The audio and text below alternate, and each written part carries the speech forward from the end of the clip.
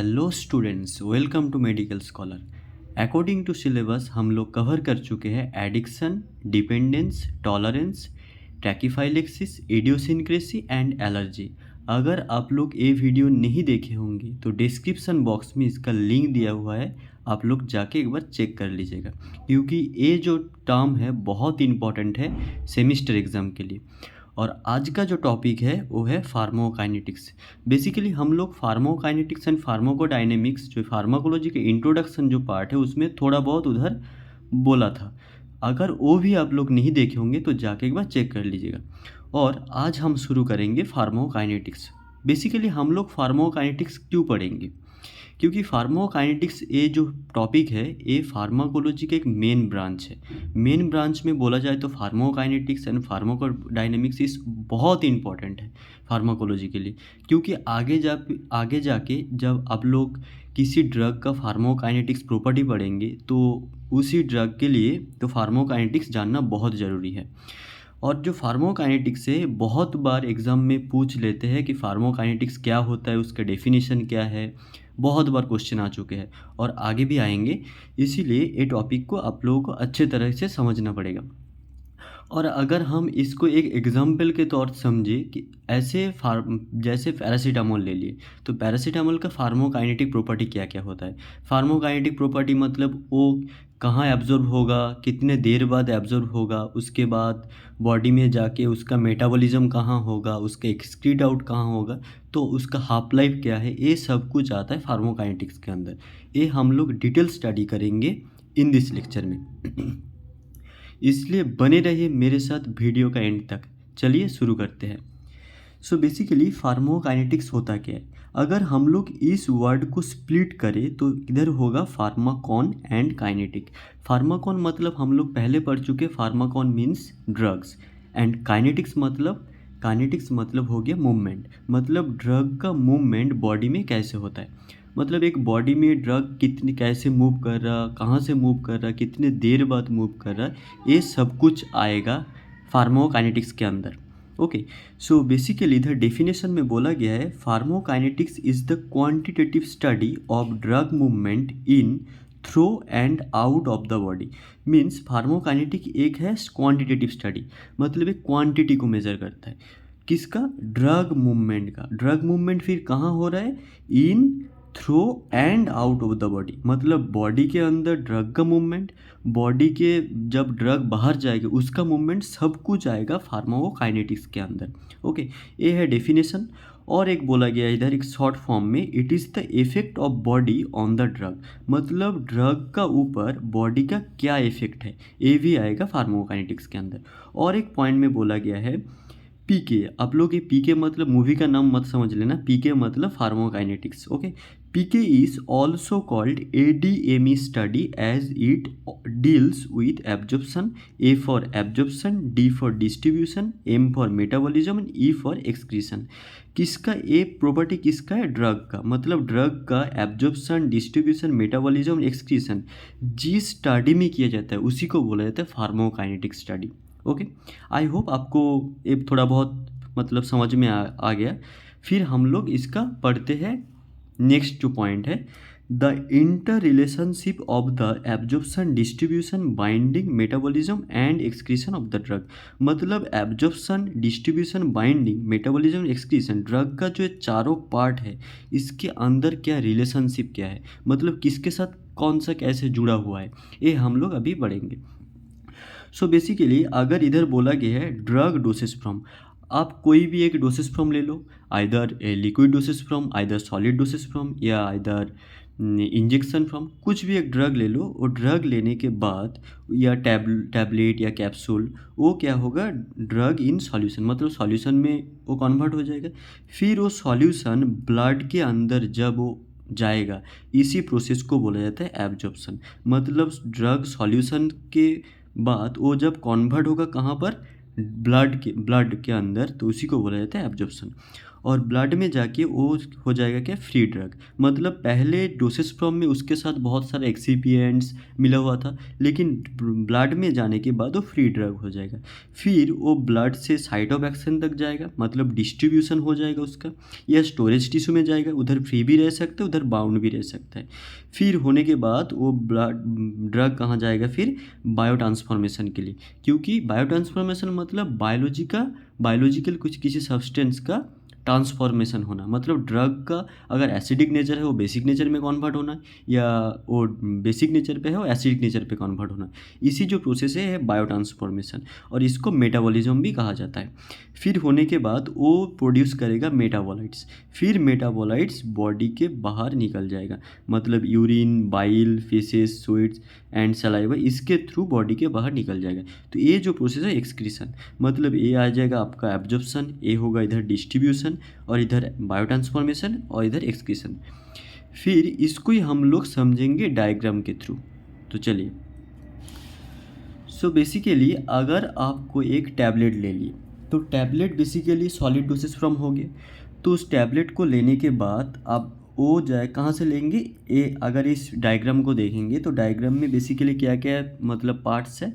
इधर है एसोफेगस, ये स्टोमक हो गया, ये स्मॉल इंटेस्टाइन, ये लार्ज इंटेस्टाइन, एनस एंड ये लीवर। ओके, सो अगर एक आप ड्रग लेंगे, जैसे सॉलिड ड्रग, जैसे टैबलेट हो गया सॉलिड डोसेज फ्रॉम, तो लेने के बाद इधर खाने के बाद वो कहाँ जाएगा, स्टोमक में जाकर उसका डिसइंटीग्रेशन होगा। फिर वो फॉर्म करेगा ग्रैनुलेस।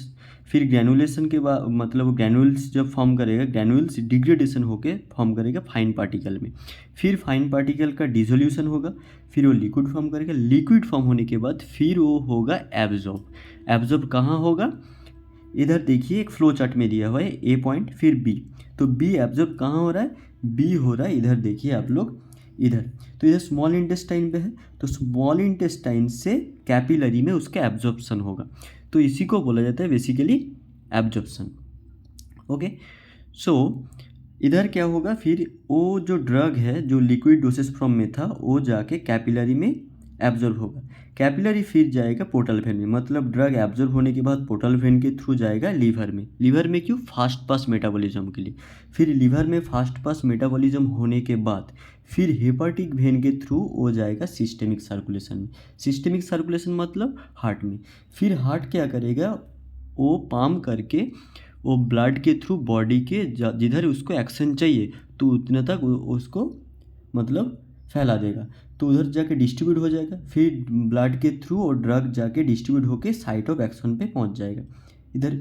फिर साइट ऑफ एक्शन पे जाके उधर मतलब सब कुछ रिसेप्टर के साथ बाइंड होगा, प्रोटीन के साथ बाइंड होगा। बाइंड होने के बाद फिर वो एक्शन शो होगा। उसका एक्शन शो होने के बाद फिर वो क्या करेगा, उधर से डिसोसिएट होगा रिसेप्टर से।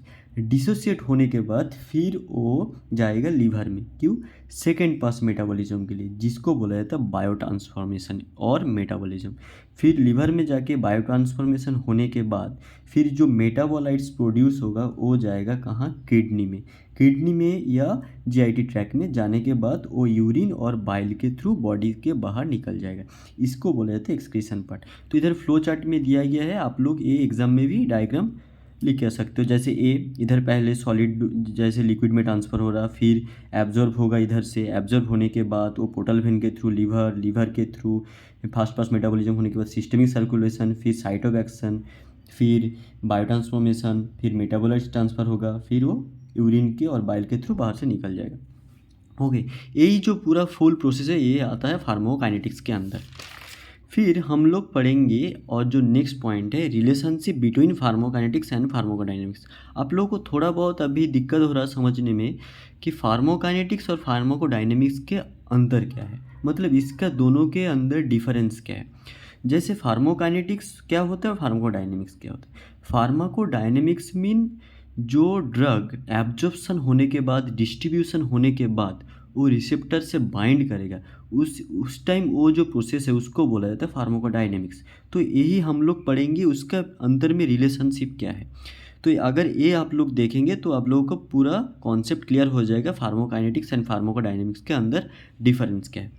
बेसिकली हम लोग पहले एक ड्रग लिए थे जैसे डोसेज फॉर्म, उसके बाद वो एब्जॉर्ब होगा, एब्जॉर्ब होने के बाद वो प्लाज्मा मतलब ब्लड में जाएगा, ब्लड में जाके फिर डिस्ट्रीब्यूट होगा कहाँ, साइट ऑफ एक्शन पे, साइट ऑफ एक्शन पे जाके रिसेप्टर के साथ बाइंड होने के बाद वो शो करेगा एक्शन, एक्शन शो होने के बाद बॉडी का जो ज़रूरत था इफेक्ट वो शो हो जाएगा, शो होने के बाद फिर हो जाएगा मेटाबॉलिज्म के लिए, मेटाबॉलिज्म के बाद वो मेटाबोलाइट्स मतलब प्रोड्यूस होगा, मेटाबोलाइट कहाँ कहाँ जाएगा, excrete out from the body. तो जब इसको बोला जाता है एब्जॉर्प्शन, इधर डिस्ट्रीब्यूशन, फिर एक्शन शो होगा, फिर मेटाबॉलिज्म होगा, फिर एलिमिनेशन। तो जो एब्जॉर्प्शन, डिस्ट्रीब्यूशन और मेटाबॉलिज्म, एलिमिनेशन, ये चारों पार्ट है फार्माकोकाइनेटिक्स के अंदर, बट मिडिल में जो एक्शन शो होने का जो मतलब फेनोमेनन था वो आएगा फार्माकोडायनेमिक्स के अंदर। मतलब ये चारों पार्ट आएगा फार्माकोकाइनेटिक्स के अंदर, बट एक्शन शो जब हो रहा था उस टाइम रिसेप्टर से बाइंड होना, फिर वो मतलब उसका मेकानिज्म, बॉडी का थेरेप्यूटिक इफेक्ट्स होना, ये सब कुछ आएगा फार्माकोडायनेमिक्स के अंदर। ओके, तो अब जो नेक्स्ट टॉपिक है इधर बोला गया है all pharmacokinetic process involve transport of the drug across biological membrane. मतलब इधर बोला है फार्माकोकाइनेटिक्स के अंदर जो ड्रग जो बायोलॉजिकल जो मेम्ब्रेन है उसका जो मतलब ट्रांसपोर्ट होना उसका थ्रू, ये सब कुछ आएगा फार्माकोकाइनेटिक्स के अंदर।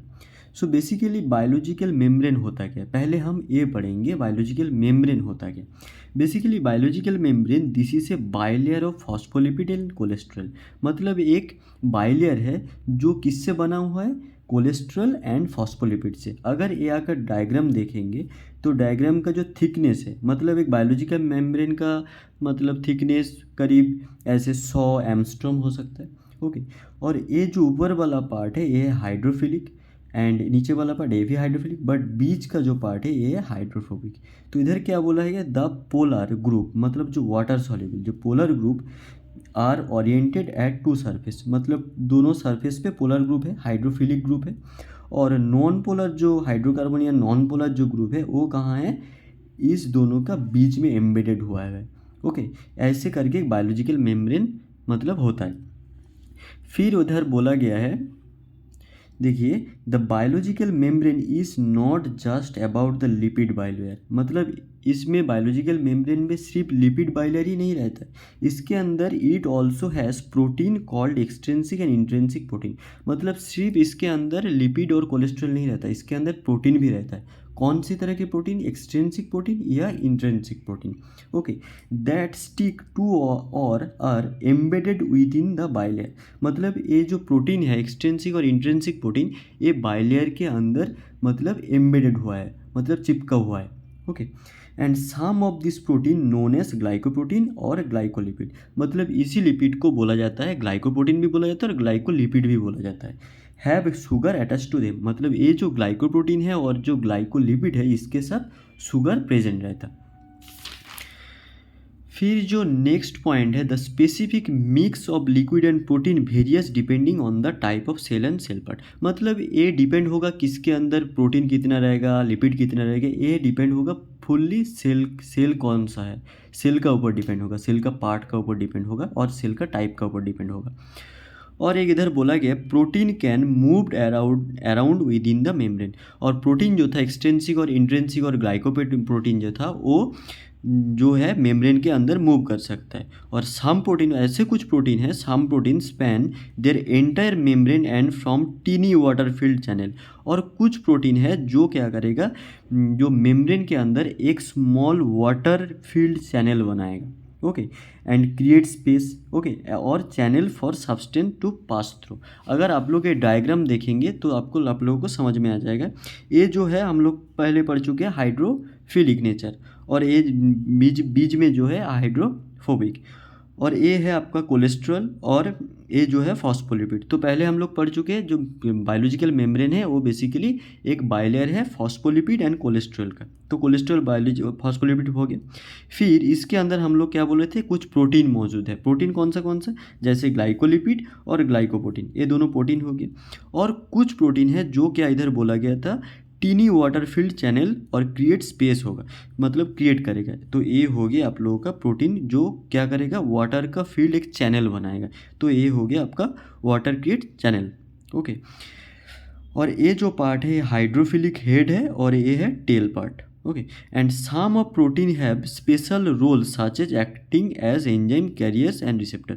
मतलब कुछ ऐसे प्रोटीन है जो सेल मेम्ब्रेन में प्रेजेंट है, जो कैसे काम करता है, एक्टिंग एज अ एंजाइम, मतलब एंजाइम की तरह भी काम करता है, कुछ रिसेप्टर की तरह भी काम करता है और कुछ कैरियर की तरह भी काम करता है. ओके, एंड जो लिपिड मॉलिक्यूल्स है वो भी, मतलब क्योंकि लिपिड इधर बहुत ज़्यादा है हेड पार्ट में, तो इसीलिए बोला गया है लिपिड मॉलिक्यूल मूव कर सकता है कहाँ पर, जो साइड वे में, मतलब इधर इधर लिपिड वे मूव कर सकता है. बेसिकली इधर यही बोला गया. अगर आप लोग ये मतलब अच्छे तरह से नहीं समझे होंगे तो बाद में जो नेक्स्ट लेक्चर है उसमें हम लोग पढ़ेंगे मेम्ब्रेन ट्रांसपोर्ट, मतलब ड्रग कैसे मेम्ब्रेन के थ्रू ट्रांसपोर्ट हो रहा है. ओके, इसलिए ये बहुत अच्छी तरह से आप लोग समझ लेना. आई होप आप लोगों को ये लेक्चर समझ में आया होगा. And thank you for watching this video. मिलते हैं नेक्स्ट लेक्चर में.